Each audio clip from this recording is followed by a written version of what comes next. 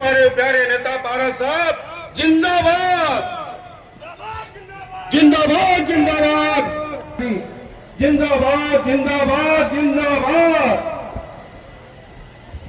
राष्ट्रीय लोक जनशक्ति पार्टी जिंदाबाद जिंदाबाद जिंदाबाद जिंदाबाद जिंदाबाद। दलित सेना के प्रदेश अध्यक्ष घनश्याम दाहा जिंदाबाद केशव सिंह जिंदाबाद।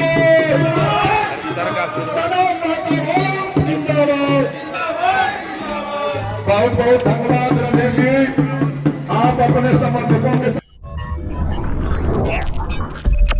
नमस्कार, आप देख रहे हैं ब्रेकिंग बिहार। पूर्व केंद्रीय मंत्री पशुपति पारस लगातार इन दिनों बिहार के जिलों का भ्रमण कर रहे हैं और जहां भी जा रहे हैं उनको अपार जन समर्थन मिल रहा है। लोग उनकी सभा में जुट रहे हैं और जिस प्रकार से समर्थन मिल रहा है, निश्चित तौर पर यह माना जा रहा है, हालांकि पारस जी 14 तारीख को इसकी घोषणा करेंगे, लेकिन हमने लगातार कहा कि महागठबंधन में लालू प्रसाद यादव से उनकी बात हो गई है और इसी क्रम में लगातार पारस जी अपने संगठन को मजबूत करने के लिए बिहार के जिलों में घूम रहे हैं और आज पहुंचे थे अररिया। तस्वीरें बयां कर रही है किस प्रकार से उत्साही कार्यकर्ता पारस जी के स्वागत में वहां नारे लगा रहे हैं और हर सभा में इनकी पिछली सभा की जो भीड़ है वह टूट रही है, जिस कारण से पशुपति पारस भी उत्साहित हैं, क्योंकि वो जो शांत बैठ गए थे लोकसभा चुनाव में, उनके नेता भी लगातार कहते रहे कि आप घूमिएगा तो आपका एक अपना जनाधार है। वैसे में पासवान वोटों पर जो निगाह है और लगातार दावा किया जा रहा है कि पासवान वोट चिराग पासवान से खिसक करके पशुपति पारस की तरफ आ रहे हैं, इन दावों में कितनी सच्चाई है तो वक्त बताएगा। लेकिन फिलहाल इन दिनों जो चिराग पासवान और पारस जी में जो लड़ाई चल रही है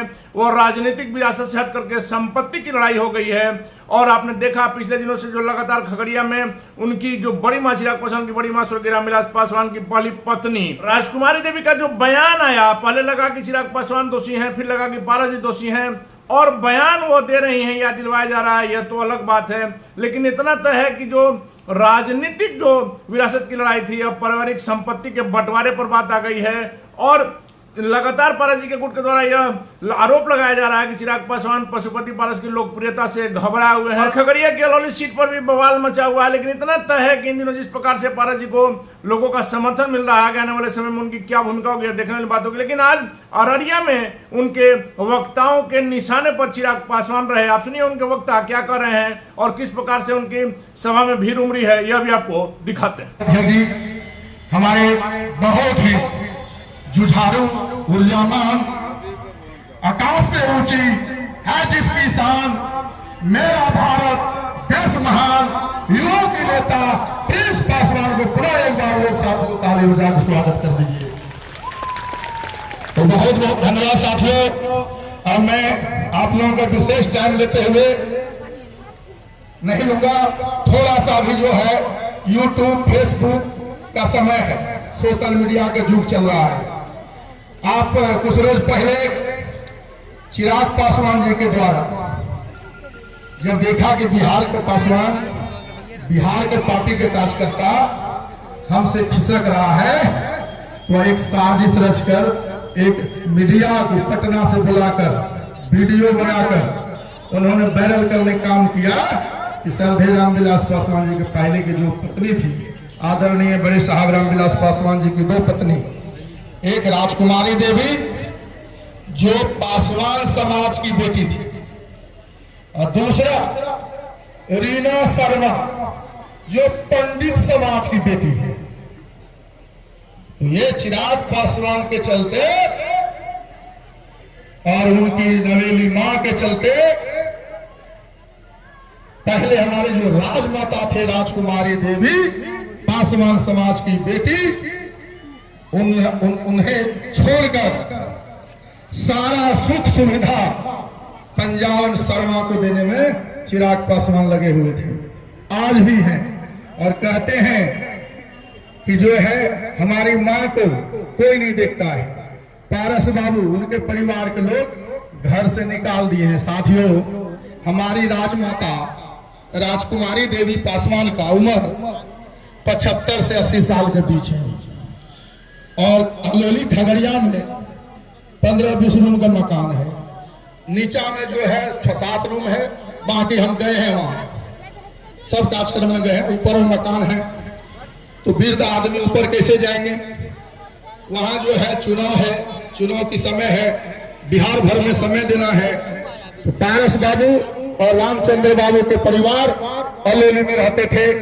चूंकि चुनाव है, उनको परिवार पटना में शिफ्ट करना था, इसलिए अपना जो है सारा सामान ऊपर के रूम में बंद करके पटना चले गए।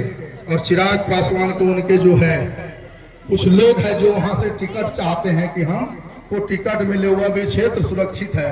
कहा चिराग जी, पारस बाबू आपका माए वाला रूम जो है बंद कर दिया। जैसे वैसे चिराग पासवान है, लोक जनशक्ति पार्टी से आप लोग जुड़े हैं, बहुत अच्छे पार्टी है। हम भी बहुत पुराने लोग हैं। शांति देवी के बाद रानीगंज में एक भी स्थानीय विधायक नहीं हुआ है। और उस समय भी हम पार्टी के दलित सेना के जिला अध्यक्ष थे। आदरणीय हम अपने राष्ट्रीय नेता पारस बाबू को धन्यवाद देना चाहेंगे।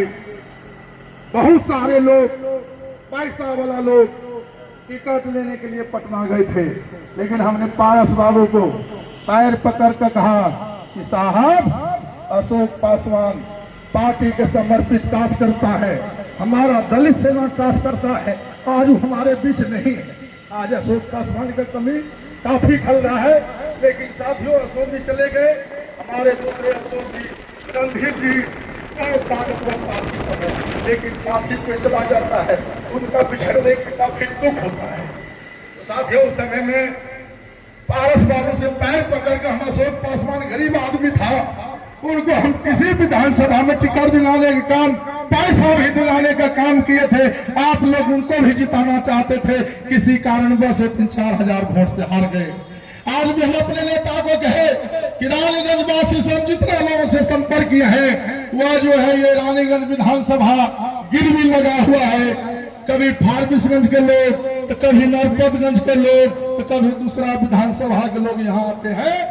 और ये गिरवी आप राष्ट्रीय अध्यक्ष जी छुड़ा दीजिए, इसीलिए हम यहाँ बुलाए हैं। अब आप लोगों का समय नहीं लेना चाहूंगा।